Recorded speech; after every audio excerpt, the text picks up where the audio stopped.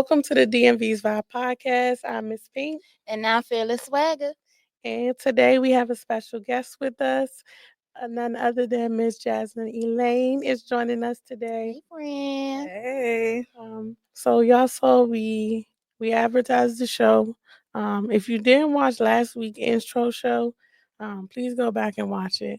It was the importance of sisterhood, which y'all will get to see later on in the season. We'll have them on the show. A time will be had. Yes, the time will be had when all of us are here together. And I got to say shout out to the Eagles because we won the Super Bowl. Whoop, whoop. And I went to the parade. That's why my voice sounds like this. Um, yeah, so y'all just gonna bear with me. But today, our special guest is joining us about an important topic that we touched on briefly on our previous show was about grief and how to survive it, how it affects your mental health and your physical health. And we invited Jazmin to share her story with us. And so I'm gonna let you go ahead and introduce yourself and tell us a little bit about what you write about and your journey. Okay. Hi everybody. My name is Jazmin Elaine. I have a blog. I named it after my mom, Cheryl. She passed away in 2020 due to cancer. So I started writing. It was a way. It started as healing for me. And then recently I lost my older sister Crystal in 2021, and then last year in March I lost my twin sister Kendra. So grief has been it's been significant, but writing has been a part of my healing. I also feel like, you know, my mom died of cancer, but my two other siblings, it wasn't expected. So I believe they died from a broken heart.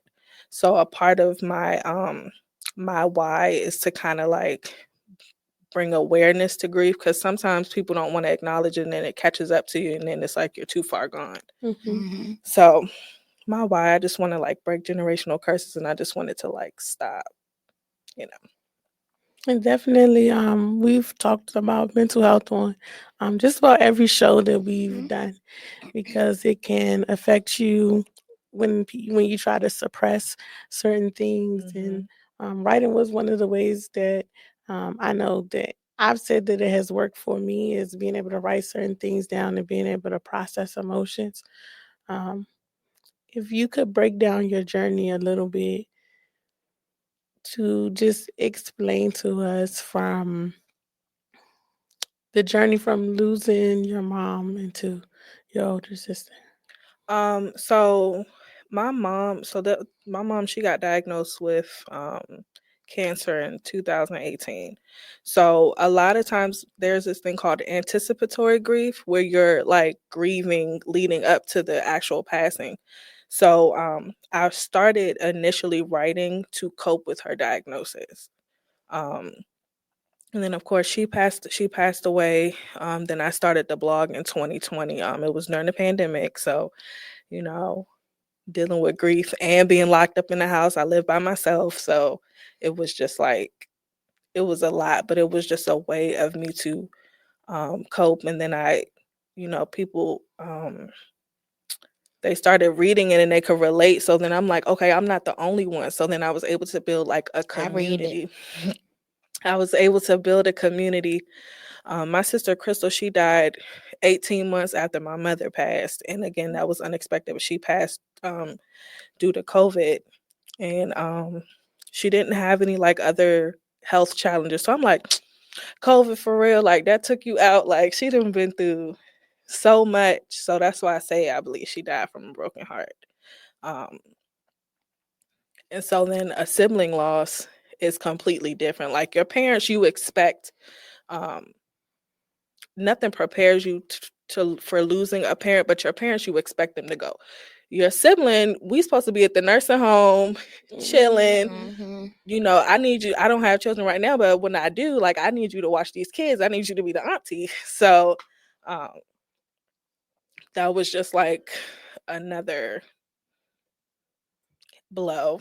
And then My twin sister, again, that was unexpected. I saw her 45 minutes before she had passed away. So, but I instantly, there's like a connection with twins. So I instantly knew that she was gone because it was like, I describe it as like a disconnect or like something somebody just went, pulled the plug. yeah, it just went dark. Like, and I just knew she was gone. So, I've been in like intensive therapy for the year. I've been in therapy since my mom got diagnosed, but once my twin sister died, I had to like be in like a group therapy. It was like intensive. I was like scared at first, but it helped me tremendously. But it still, I mean, it still hurts. Like all three of them, it still hurts. But um, my twin, that was like, and I think with my twin sister, because I think with my mom, I'm like, okay, and my mother was 64. That's still young. Like she still had a lot of life. She still had a lot of life in her. But it's like, okay, she got sick. My sister Crystal, I was like, what? Like, okay, I think she was 41. That's still young. And I'm like, okay, she died of a broken heart. Okay. My twin sister, it was completely, we were 32. It was completely like unexpected.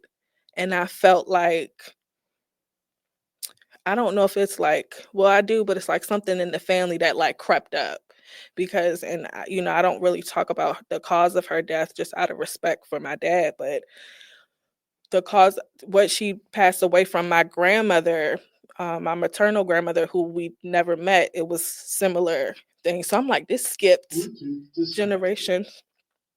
So I'm like, this skipped generations. So I was angry. Like, okay, I felt like, the enemy, like, you think you got your hand on my bloodline, like, let's go to war. And that's when I'm really like, no, like, this has to be something, like, we have to, like, bring awareness to this. That's breaking that generational curse, though, because, in Black families, we don't talk about diseases and illnesses that people have because everything is like a hush hush. And it's interesting that you brought that up because actually this weekend on my dad's side, we're having a cousin's health Zoom. Nice. Like we're all going to get on Zoom and we're all going to talk about different things that we've seen like amongst our parents, grandmothers, grandfathers, aunts, uncles. Like I don't know everything about that side of the family, but I do know like some of the health things that run in the family because a lot of the people have dealt with the same things or died from the same things.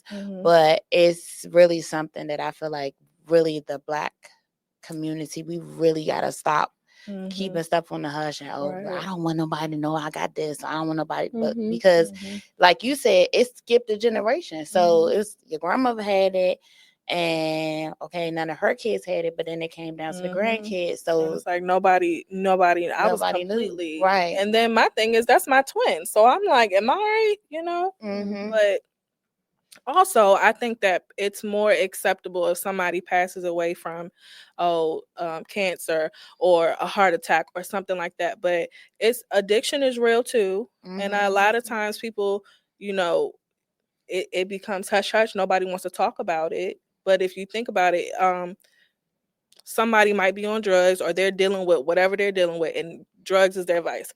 I can't put down a donut, but I know if I keep eating this way, it's gonna kill me too. So it's like if you have an addictive personality or there's addiction in your family, that has to be addressed too. It might not be like directly, oh, she died from a donut, but we know, you know what I'm saying? Right, like her lifestyle and the things her that lifestyle, but similar to other people. And I think that's the biggest thing is like breaking those generational curses and talking about those things that are hard to address. Those hard conversations. Yeah, those hard conversations. I think I was determined to be one of those people in my family after I watched the disconnect between two generations, where I went from being a person who was told to not say too much to a person who, no, I'm gonna address everything and whether you like it or not. Right. So sometimes people be like, we shouldn't talk about this around Kendra because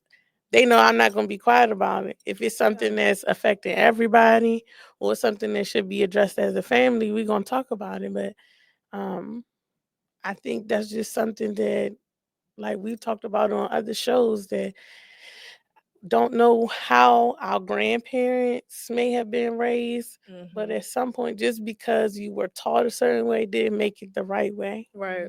And understand it's okay to change. Like that's where growth comes from. It's from change.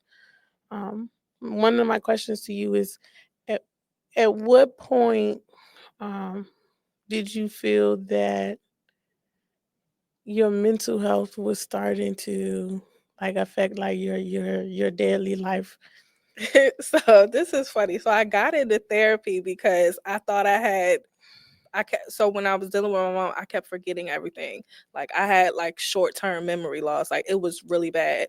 And so I went to my doctor. I'm like, I think I'm having like early signs of dementia. I'm like 25 years old. Like, and so she was like, well, that's when I learned about anticipatory grief.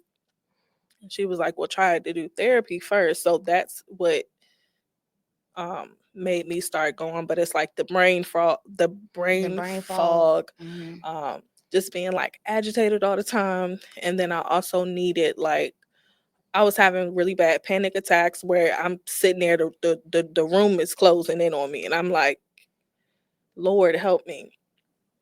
So that's when I knew. I just felt like it got really rough when I found out that my mom was sick. My twin sister, the grief was more physical. So when she passed away, I thought that I was going through I thought I had a heart attack. I thought I had a stroke. I think I was telling you about this. And so people don't realize anxiety or depression, it manifests. It shows up differently. So I'm thinking like, oh my God, like I'm about to head out too. Like I thought I had a stroke. I thought I had a heart attack. I'm going to the doctor. I'm telling the doctor, test me for everything. So, yeah. We're gonna touch on how grief affects that physical health as well in the upcoming episode. What are some of other than writing? What other paths have you taken in your journey to help keep you in a peaceful space? So I mean, of course, therapy, boundaries, because your family, like we're all going through it, but you know, um, sometimes people don't, like, you're not your best version. Grief changes you. So you're not your best version of yourself. So there's things that are said, to you. So I've just had to learn to like put up hard boundaries. Um, I believe that you have people in your life that pour into you, and then there's people who drain you. And at the end of the day, we have a choice. So I'm choosing to be around people who pour into me. So that goes back to like community is important. Like you can't get through it by yourself. Like you might try to isolate yourself, but I feel like isolation will kill you.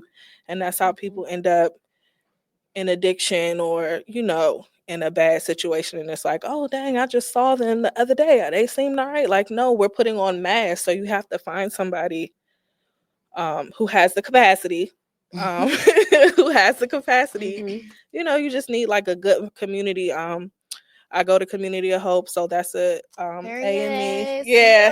So church has played like a really significant part in my healing as well.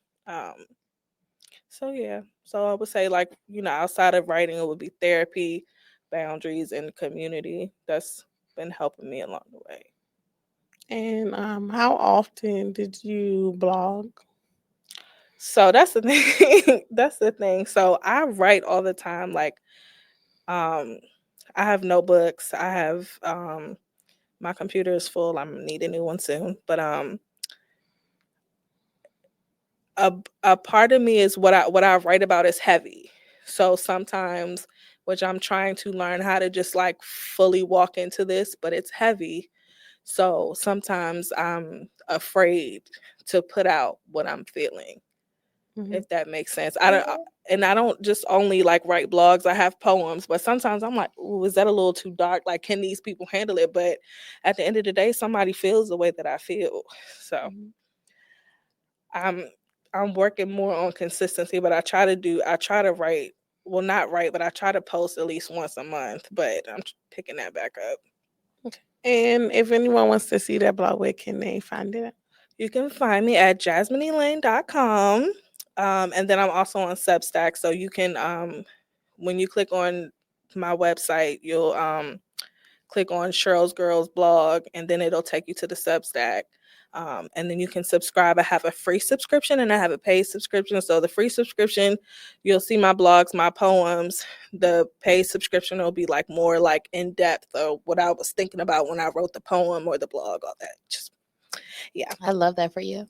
Thank you. Trying to get, a little coin. We all out here. Yes, we are all all out here trying to get some a coin. coin. And definitely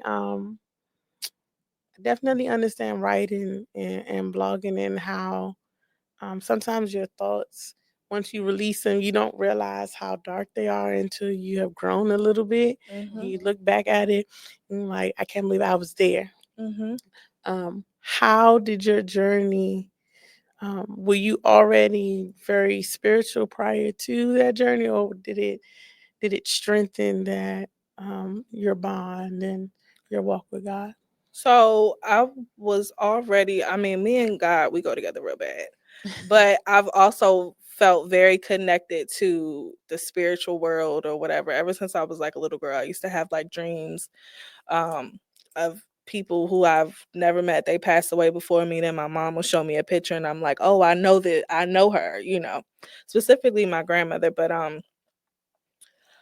part of me, I think because I've always had that connection, I have more peace because I know that they're okay. But definitely, like when you go through something so hard, all you can do is lean on God because he's the only one that knows what I need. Shayla been through it. I could go to Shayla, but Shayla, Shayla ain't God. Shayla, you know what I'm saying? She doesn't know exactly what I'm feeling, and vice versa. Like we can get an idea, but so it just gets to a point where sometimes all you can do is like depend on God. And he's the only one that got the answers. He's the only one that type of hurt. He's the only one that can heal you from that. Your family can't do it, your friends can't do it. Like, yeah, they'll help you along the way. I believe God sends people in your life that will help you along the journey, but at the end of the day, you can only depend on him. Yes, I definitely agree with that. What do you think has been your biggest, I don't want to say reward, but for you to look back and say that I'm proud of me for something after going through such a hard time? I'm proud to be here because it's been many days that I didn't want to be. I'm going to be honest. Like, I'm proud of my sis. I really am. It's just like sometimes you just, especially my twin, like that. I woke up like, first of all, like I said, there's a connection with twins. So when you don't realize, you take advantage, you don't want to take for granted that connection. So when it's gone, it changed me. So like the past year, I felt like I was like in the wrong body because my world just really like shifted.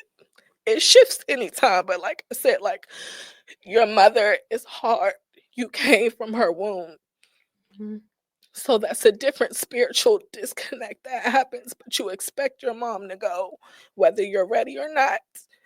But a sibling or twin, which is deeper, we supposed to live together.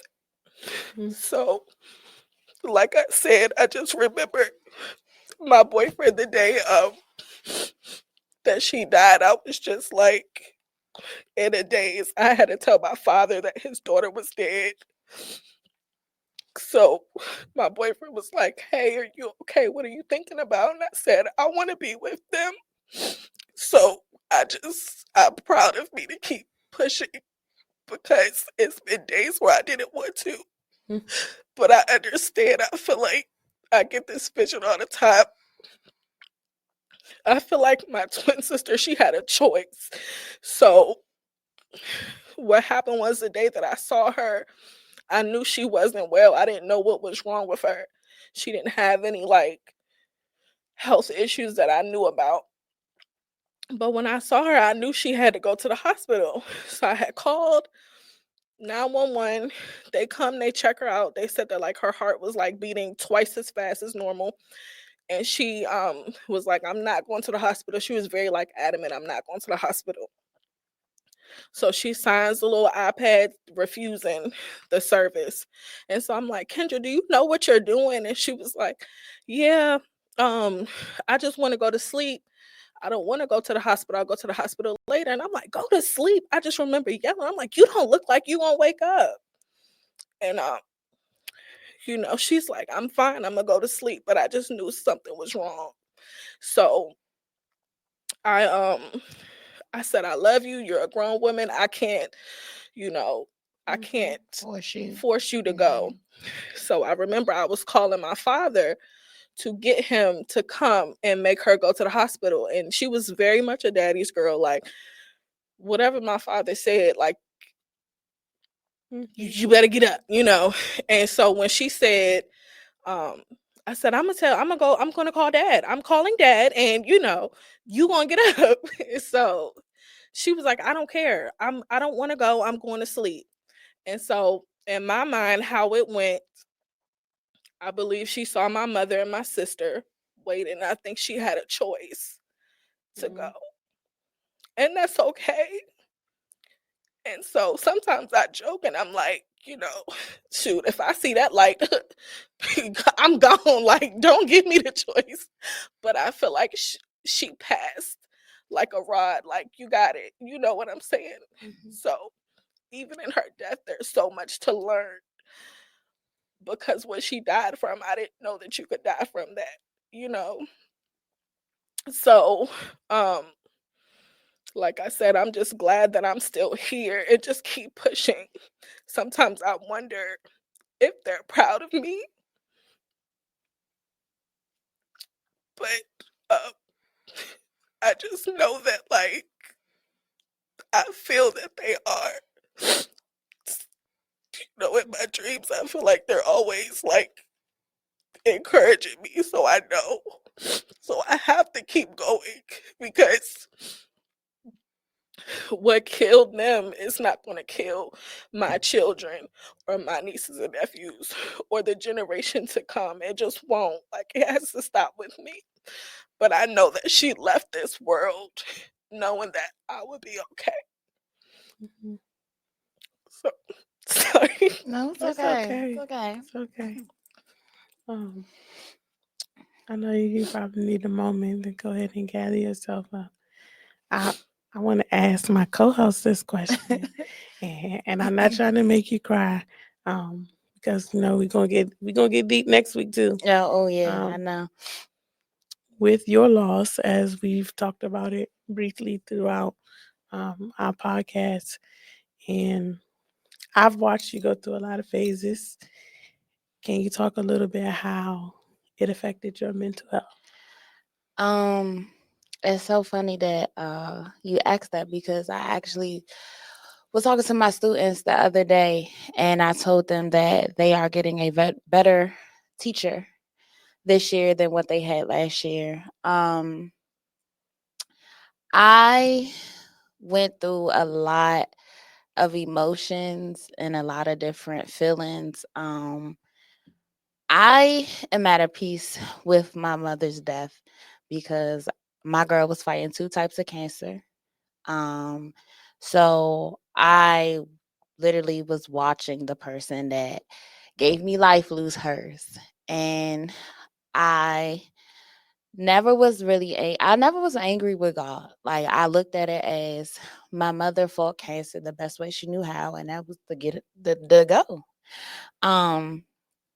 But I was more so angry with the people that she left me here with. Because I watched my whole entire family dynamic change. I watched the relationship with me and my dad change, um, which is honestly the main reason that I went to therapy. Um, and now I am forever grateful for my friends and my family. And when I say my family, I mean I'm talking about Damo, and I'm talking about Mike and my uncle, my favorite uncle, and my aunt, because like they have really kept me together. My COH family, like they've really kept me together. Like those were the people that really held me down, really were there for me. Like I could cry with them, I could yell, I could be mad, I could vent, and like I knew that they loved me, and I know that it was times like in this last. My mother only been gone for 2 years, so I know that it's been times throughout this journey that I have been difficult. I've been a difficult friend. I've been a difficult daughter. I've been a difficult sister. I've been a difficult coworker. Like, but it was just me trying to deal with how I was feeling on the inside. It was days last year where I had to leave work because I couldn't do it. Like I was mad with what was going on with me and my dad. And then I've talked about this in my own blog, but when I lost my mother, I lost my relationship at the same time. So I was not only grieving the loss of my mother, but I was grieving the loss of my boyfriend at the time because that went way left. And a lot of things came out on my 35th birthday that I just was not prepared for. And I think that, and then the things that came out, like that really changed me. And I just, it was bad. And I was coping with so much by myself. And I was like, yeah, I was really falling into a depression. And I felt like nobody saw it because everybody who knows me knows I always got a smile on my face. Like you can never, I could be going through the worst thing, but I still have a smile on my face. So it's like a lot of people really didn't know like how bad I was. And I started therapy July 8th, 2024. And that was probably one of the best things for me. Because now I see I'm in a much, much better place mentally and emotionally. When I tell you setting them boundaries, them boundaries are real. Like I literally will D&D and won't talk to nobody. Like I now am very self-aware. It's like losing a parent changes you. Like it's a fraternity that we all got to be a part of one day. Like we all got to be a part of that. And it really makes you look at life differently. And I just feel like compared to where I was last year around this time and where I am now, like I'm just a totally different person, and mentally, physically, and emotionally. Heavy on the physically. We'll get into that next week. But yeah, I feel different these days. I just want to say, I just always applaud her for continuing to show up, not just for herself, but she also still showed up for other people while she was going and grieving through things, which still amazes me to this day because I'm the complete opposite. When I go through things, I'm quiet. Like you're not gonna get too much from me. I'm probably still gonna throw a joke out there because that's just how I cope with things. But yeah, sometimes I just had days where I just go mute from the world because the best thing for me to do is to process it for myself first before I can talk to anybody about it. Because sometimes if you don't pick the right people to talk to certain things about, they'll make you go left while you're trying to just like release that energy, and they start trying to match the energy that you're just trying to get rid of. And so it can be tricky to navigate of who you should talk to, when you should talk to them, and I'm a firm believer of having different friends for different reasons. Yes. There's certain groups of people that I just know, okay, when I want to deal with this topic, I know I can't call them. And some people, I think when you have your own spiritual walk, and you don't judge other people for where they are, but it can definitely play a big effect on what you discuss with them. Absolutely. Also, Because the relationship too. um because sometimes I don't want to talk to somebody who can't pray for me or understand that I need prayer. Okay, because Pastor said if y'all can turn up together, y'all need to be able to Yes. pray together. Hello. Thank you. And that's one of those things is when you're in when your headspace is not right, you don't want to be around somebody else who has a negative headspace, because we can't help each other, and we still just gonna be stuck down here. And so it's definitely I tell her all the time, I give her flowers, because I don't know how she still showed up. And she still wanted to record for the podcast. I'm like, ma'am, no, like I'm not okay for you. So I definitely understand. For you, I know you have a blog as well. What When did you start writing? And I know it wasn't specifically surrounding losing your mom, 'cause I know you had it before that, but we just talked briefly about when you started writing. So, I journal a lot anyway. I used to journal like once a week, just whatever. But I'm always taking notes on my phone. But what made me really start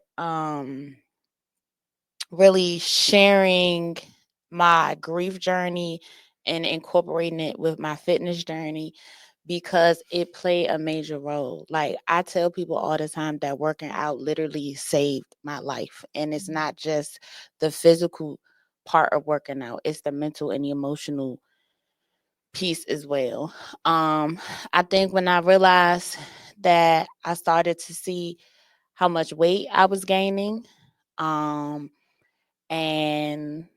I started to realize that my vices and my coping mechanisms were unhealthy. Like, it was when my mother passed, the only way I would eat was if I got high. Like, I had to smoke, or I had to eat an edible in order to eat. I had to do that in order to sleep. And then I was going through fists of tequila and 2 and 3 bottles of wine all by myself in a 72-hour period. And I realized, like, the mental, like, everything came together. And I was talking to my trainer, and I was just like looking at where I was when my mother first died to even where I got to this past summer. Like, there's somebody out here that's going through the same thing. Like, and I've always been very transparent. Everybody who knows me, doesn't know, I don't mind telling my story. So my blog that I initially had was about my weight loss journey and how I lost over 150 pounds naturally and stuff like that. So I wanted to share that part. But then when I saw myself for the first time, because I don't think we always necessarily see ourselves. But when I saw myself and I realized that for almost a year and a half, I never really smiled in pictures anymore or selfies. I was so big. Like, I stepped on the scale and I was almost back up to 300 pounds. And I just was like, this ain't life. Like, this can't be it. And so when I started to see the change in myself physically and mentally and emotionally, I was just like, I gotta share this, because I know somebody is doing the same things or grieving. And a lot of times we don't really think about that the grief is causing us to do that. We think, everybody think grief is you walk around, you sad and you angry. Right. No. And that's and it's so much more to that. You know, it's not just, oh, I'm crying today or tomorrow, or I'm mad at the world. Like, there are other things that play a part, other roles that, or other environmental factors that can change how your grief look. Like I have mild anxiety, but my anxiety doesn't look like everybody else's. So it's the same thing with grief. Me and Jazmin both grieve, but our grief and how we handle it may be different. How her grief presents at her versus how her grief presents at me may be different. And that's why I was like, I need to share this.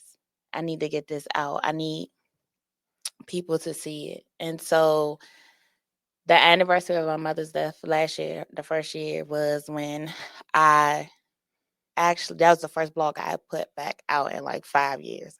So I started in like 2017, 2018. And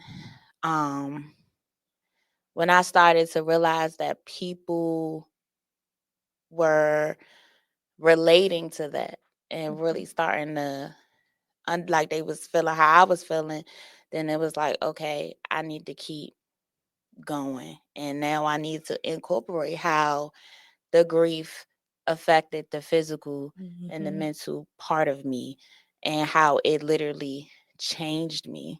And seeing myself from even last school year to this school year is just a totally different person. Like physically, I'm just not the same. So that's what just made me want to share it. Because like Jazmin says, it's somebody out here dealing with that.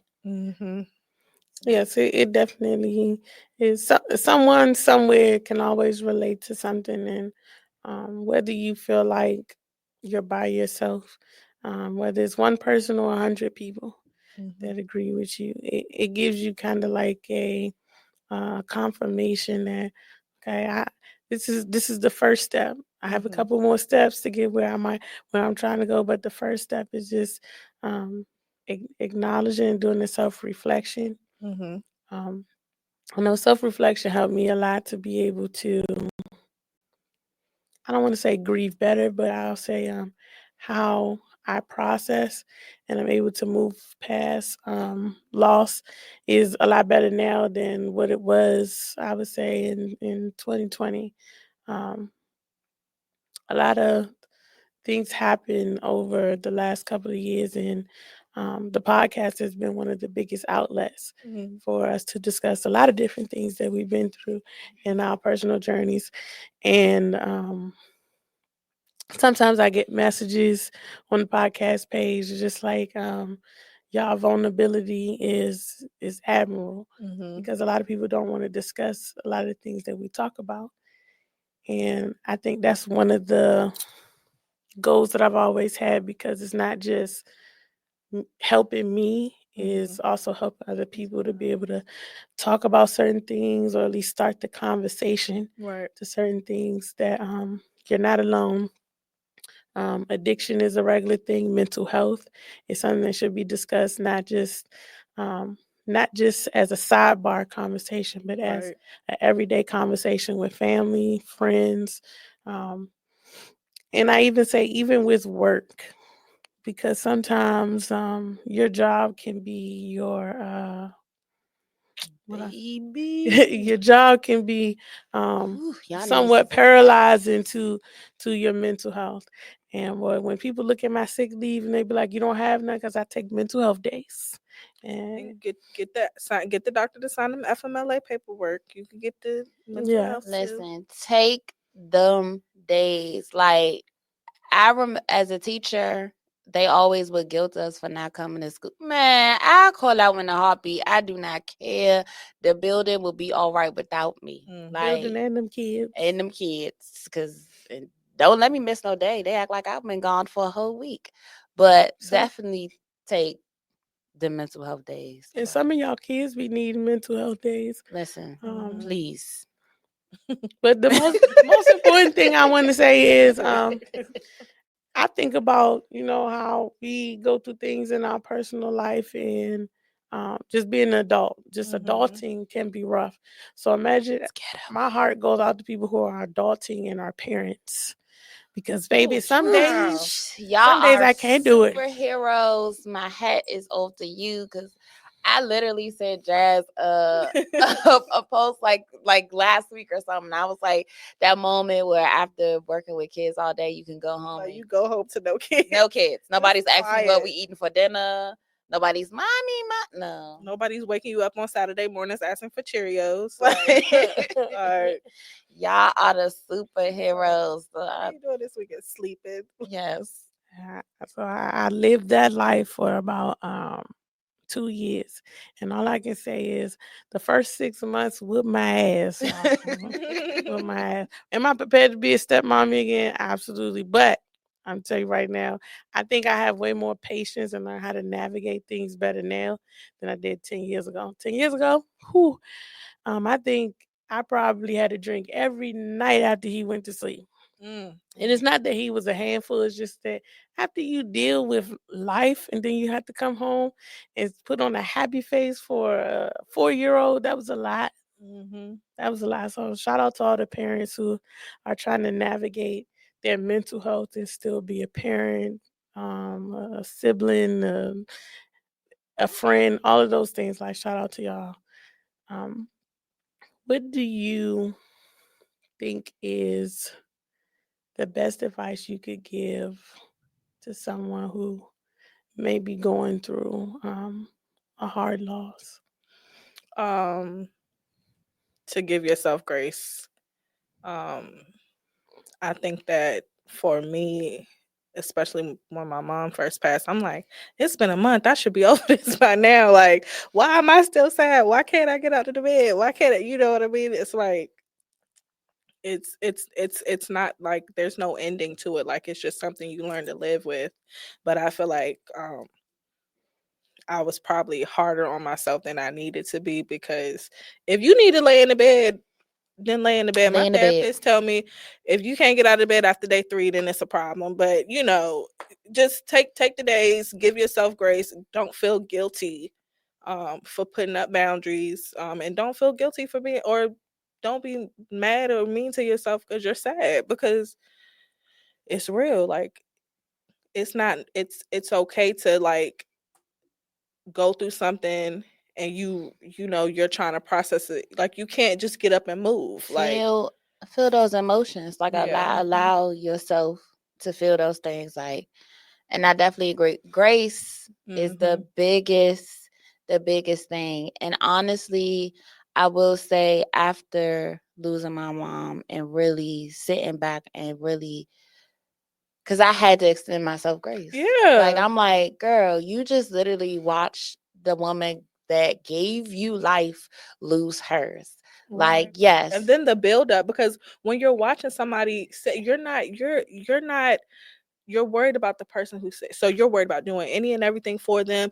I got to be there for my mom, and you neglect yourself.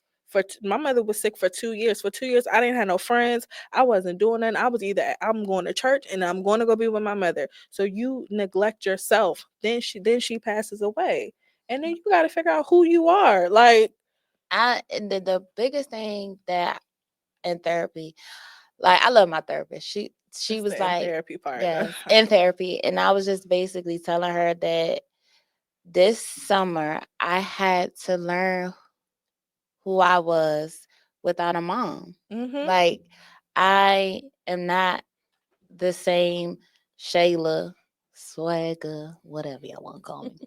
I'm not the same person I was for 34 years, because I had a mom for 34 years. And now I don't. And so she was like, she said, I'm very happy to hear you say that, because she said a lot of people always say they want to get back to me. They want to get back to me. And I was like, I can't get back to that old me, because that old me had a mother. And I said, I had to learn this new version of myself without a mom. And so when I look back on that time period, I'm like, extend yourself grace. And that was the first blog that I put out on the anniversary of her death last year, was me talking about extending myself grace. And me realizing now, honestly, because I took time to really extend myself grace, I'm learning to extend other people grace. Especially like working in education, like, you meet people from all walks of life that have so many different things going on in their lives. And so I tell people all the time that your personal life should definitely translate into your work life, your work ethics, and stuff like that. Even though people feel like they don't, but They definitely do. And so there are people at work that I'm like, all right, you got all this going on at home right now. All right, I get it. I'm gonna let you have your moment today. I'm gonna extend you that grace. So, but I don't know for how long. Don't let it happen again. Okay, don't let it happen again now. But I think just the biggest thing is like we really have to learn to extend ourselves grace, and not even just in grief or death. Extend yourself grace with, like, even with my relationship. Like I had to be like, you know what, girl, you extend yourself grace because you tried, and I had to forgive myself. Like the biggest thing is my friends tell me that I'm so hard on myself, and I am, and it was like, you gotta forgive yourself for allowing people to do things or treat you a certain way, or you know what I'm saying. That was out of our control, and I think that's the biggest thing is like extending that grace and forgiving yourself, and the forgiveness, and then you forgive them too. Like sometimes, even it's for you. That forgiveness, it really don't be about the other person. It really is for yourself. And now I'm at a place now where who's supposed to be here is supposed to be here. I'm telling you, when you lose a parent, like you really do not care who walks out your life. Like, you're like, all right. I do not care. Been through worse. I do not care. Like I was there. Watch my girl take her last breath. So, and you really bye. Like you, it really changes you, but it's all about how you use it. And I know that my mother was not the type of person that would want me walk around being mean and nasty to people. I've always said that I will never use my mother's death as a way as an excuse to treat people any other kind of way. Sometimes you don't realize, like sometimes you know, that's why it's important to be self-aware, but sometimes you don't even realize you're being evil. I know sometimes I don't. I'm like, until somebody be like, yo, what's up with you? And it's just like, it's a lot going on in your brain. You don't even realize how you're coming across. Like, I'm really thinking about something, and you know, you might have asked me a simple question, and because I'm thinking about something, I respond differently to you, and it might not have came across that way. But you like, you know, that's why it's important to have people around you that tell you get it together. Yes, because they might be like, what's this energy? What's this? Get it up off you. Get it like that.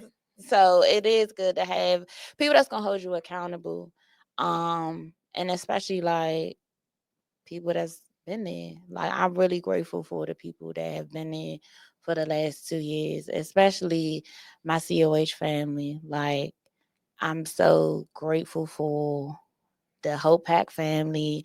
I'm grateful for the Voices. And any other whatever organization. I don't know. I feel like I can do everything at the church house. me and Jazmin Hope. Her favorite though. She likes to when she's you know, when she talks about it, she's really talking about Jazmin. We be holding it down at all our ministries. POP hold it down. But I'm really just grateful for the people that's around me. And I think also as someone who is the only child between my parents, so it's like I don't have real siblings. Well, my mother had a son. He passed away when I was 13. That's the brother I was close to. My other brother, I've been very open about him on my father's side. I do not talk to that man at all. He could walk in here today and I would have nothing to say to him. And yeah, I've talked about that multiple times. But I'm just grateful for my village and the people I call my brothers. Like those my brothers. Damo Curry, my mama casket. Y'all know I tell y'all that all the time. That was my mama light skinned son. And then Reverend Aaron at the church. That was my mama other son. And he was one of her pallbearers too. So I'm grateful that I got some amazing friends and family. I love y'all. Okay, enough being mushy now. I'm a thug. Y'all, she do this all the time. I tried to get her flowers the other day, and she always use like a similar like emoji that she responds like, "Don't make me cry" on social media. Like, don't be making my eyes sweat. Yes, that's her favorite line. Don't make my eyes sweat. But as y'all see, grief can come in waves. It can be there was a meme that says it can be a smell, it can be an environment, it could be a thought. Sometimes it can make you cry. Sometimes it can make you laugh. Sometimes it can make you smile. There is no time limit on grief. Now, while I sit here, I've never, experienced the loss of a parent. The deepest loss I experienced, I would have to say, would have to be was my older brother. Um, that was 5 years ago. Well, this June would be 5 years. That was probably the hardest thing that I've ever I've experienced losing friends and certain family members. I love my grandparents, but you expect that to happen. But like you said, when you envision yourself growing up with someone and growing old with them and doing all these things, and we had plans that we didn't accomplish, it kind of feels like you hit a brick wall, and it's almost, I felt like I started losing control of my life because so many things happened. And Y'all, I never seen her this vulnerable, y'all. so many things happened. Like I talked about, the sexual assault happened right after that. So it was a lot of things that happened back to back in that month that I was spiraling fast. And and then I was trying to be in school and I was trying to work.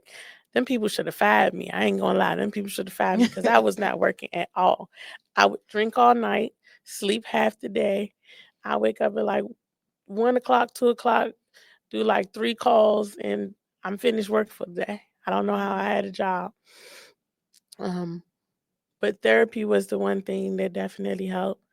And Y'all hear that? Therapy. therapy helped a lot. Black people, please. I mean, and as I told you, I'm not a person who, when I'm going through things, I don't usually like to talk to too many people because I know how my energy can get when I'm going through things, and I never want to give that energy to somebody who doesn't deserve it. So, outside of therapy, I would say music. And I used to just go for drives.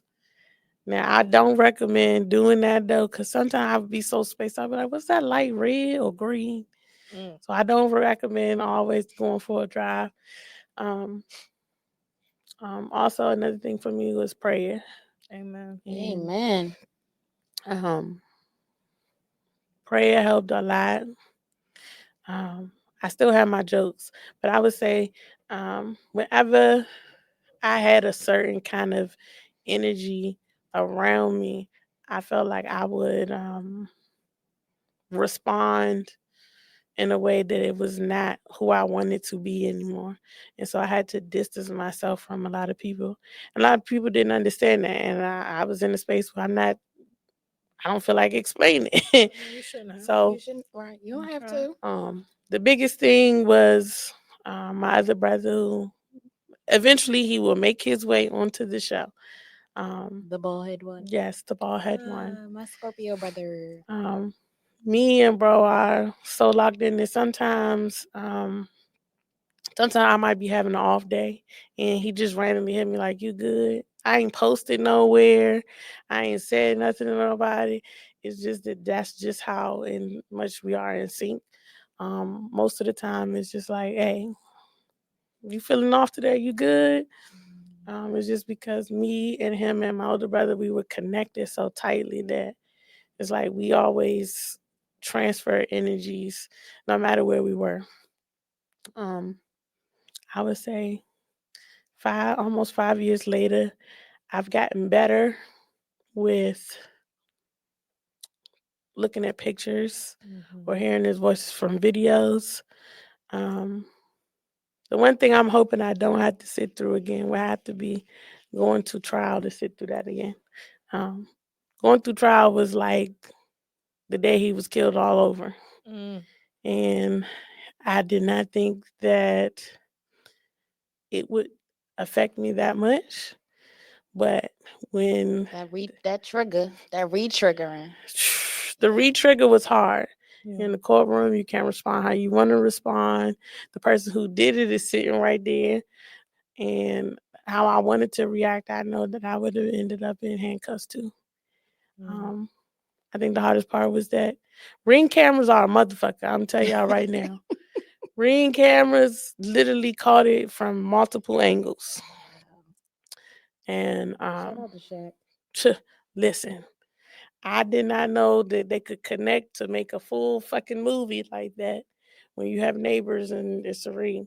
But So they took all the neighbors' rings and put them together. yeah. That's crazy. So how is that watching that? It was hard because you could hit the gunshots. You can see him begging for his life, and you see him essentially like do the last kill shot in the video as well. The only thing I could not look at was when they did the picture of the autopsy. That's one thing I didn't even look at the screen for. I don't want to have to sit through that again. So I'm hoping that Charles County, get that together so we don't have to sit through it again. And the man should never be able to see the light of day. But, he's trying to plead his case with having mental health issues. And while I understand that, I feel like you knew exactly what you was doing. I would say to anyone experiencing a loss, talk to somebody. It doesn't matter who it is. Find someone that you feel safe with. If you feel like you can't get the right resources, there are phone numbers you can call that you can talk to people anonymously. I will make sure that I tag that There's text onto numbers too that you could text people. Community of Hope is an amazing church. I've had the experience of going to their church as well as attending a women's conference there, as well as I'm a member of First Baptist Church in Glenarden. I would say whatever you need to get off your chest, though, you write it down, talk to somebody. There's going to be somebody, find someone who will listen. If you don't have anyone, you don't know anyone, you can send us a message on the podcast page. We will definitely find resources for you. As they said, give yourself grace.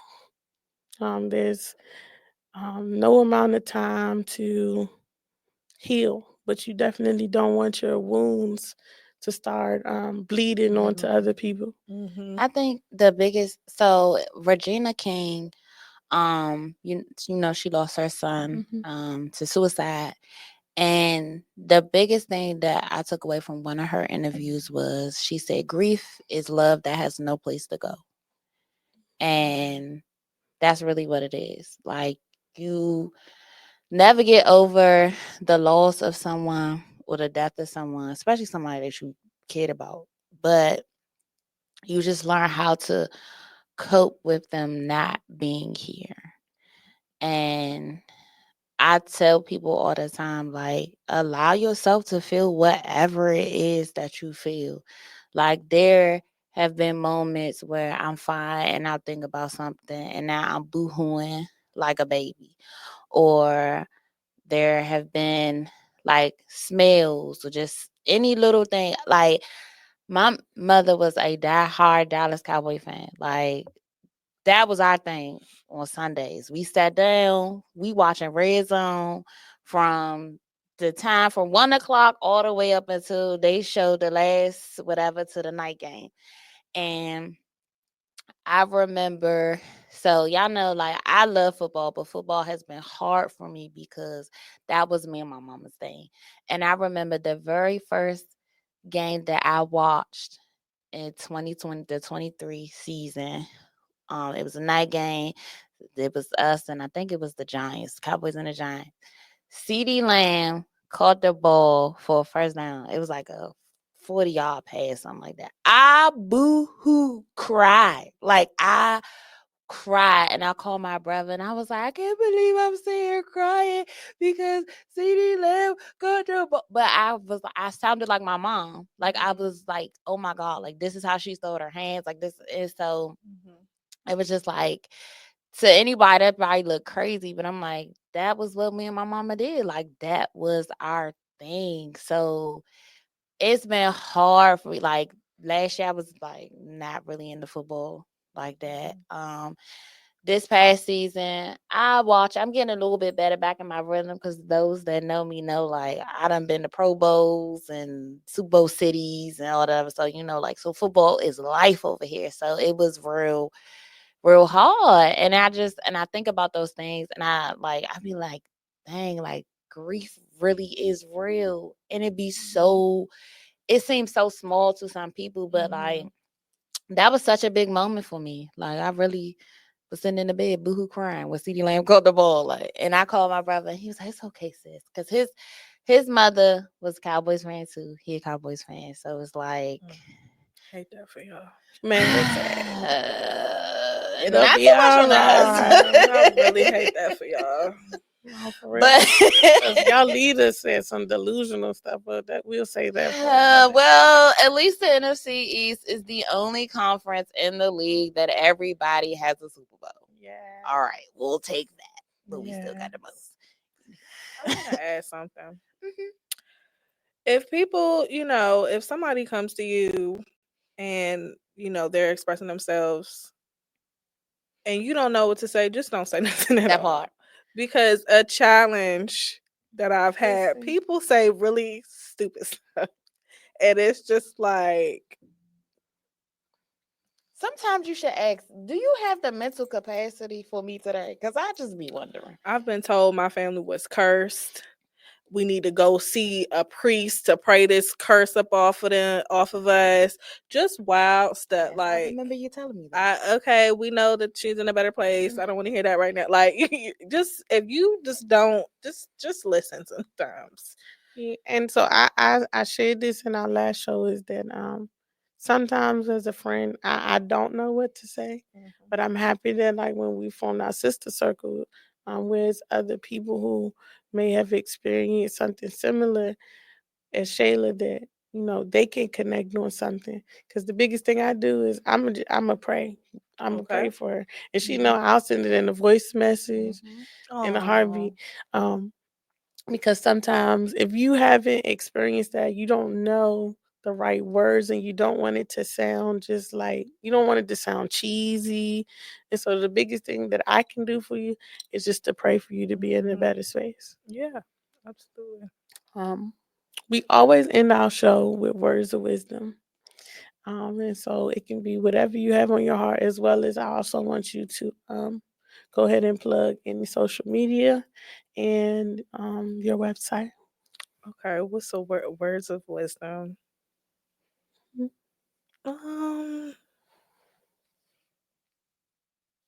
I guess keep God first. My grandmother always tells me this. Praise Keep the God Lord. first and you'll be all right. So yeah, just always keep God first. And then my social media handle is Jazmin Jazmin underscore Elaine Elaine underscore. That's for Instagram. And then my website is JazminElaine.com. So Elaine was my mama middle name. oh my, isn't that crazy? That's crazy. And then Divine. yeah, and then your name is Kendra, and then your mother like Divine and alignment. Correct. Go ahead. Am I going? Yeah. Okay. So I don't even know what to say. Like, this episode was a little heavy for me, a little heavy. But go talk to the lady. Y'all know it's my running joke. But no, definitely go to therapy, y'all. I will say this is my second time in therapy. And it's crazy because both times I've been to therapy have been something that has happened with my mom. But I would definitely say go to therapy, talk about it. Like, it's okay to not be okay. Um, it's okay to feel whatever emotions that you feel. It's nothing wrong with being sad. It's nothing wrong with being angry. It's nothing wrong with being anxious. Um, it's just we don't want you to stay there. And I think that's the biggest thing that, and I instill that in my students as well. Feel how you feel, please. Feel those. Allow yourself to feel it. Don't suppress those feelings. Don't suppress those emotions. But just don't stay there. And find a healthy outlet.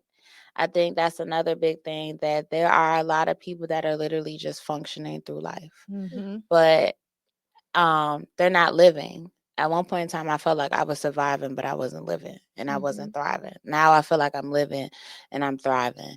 So I definitely would say, go talk to the lady. I found my therapist on growtherapy.com. So there are plenty of resources. Therapy for Black girls. That's therapy for Black girls. There are plenty of resources that you can use to find a therapist. Especially as a Black woman, I specifically wanted a Black woman. So they're out there. So I would definitely say just make sure that go talk therapy. I'm pushing therapy. Jesus and my therapist. That is how I'm getting through life. Okay. In the gym. But yeah, that's all I got for y'all. And I always remember to live fearless. Y'all know how I do. Can I Go ahead, girl. Don't be afraid to test out therapists, because sometimes, one might not work. Keep trying. It's not, sometimes you might have to do a little adjusting. So don't be discouraged if it don't work out the first time. Keep going. Just like in relationships, friendships, you gotta figure out what you like, what you don't like. So don't give up. I know a lot of people go to therapy one time and then it wasn't a good match and then they give up. So that's all. I've seen that with Black men. Let me just say that. And the Black men that I've talked to that have went to therapy, they say they started, it wasn't a good experience, and then they won't go back. So please, it's trial and error, just like it is throughout life. Sometimes you gotta talk to niggas on their mental level and say, the same way you be trying out them hoes, try out them therapists. That part. The one thing I want to say is, so I told y'all that sometimes I take my mental health days. My biggest rule of thumb is that at my job, by the third day, you gotta have a doctor's note. So by the third day, if you ain't got it together, you need to go see somebody. But definitely take care of your mental health, whatever that looks like for you. Take self-care time. Do what's best for you. A lot of us feel like, a lot of people will say that that's selfish, but in the world that we live in today, make the best choice for you. And always keep yourself first. Always keep yourself first when it comes to your business and your affairs, your peace. As Fearless says, protect your peace on purpose. All right. We love y'all. Y'all will get part 2 of grief, which is going to be touching on your physical health. And we will y'all see get y'all. To be my trainer next week, guys. Yes, and we will see y'all next week. Thank y'all for tuning in. Bye, y'all. Bye.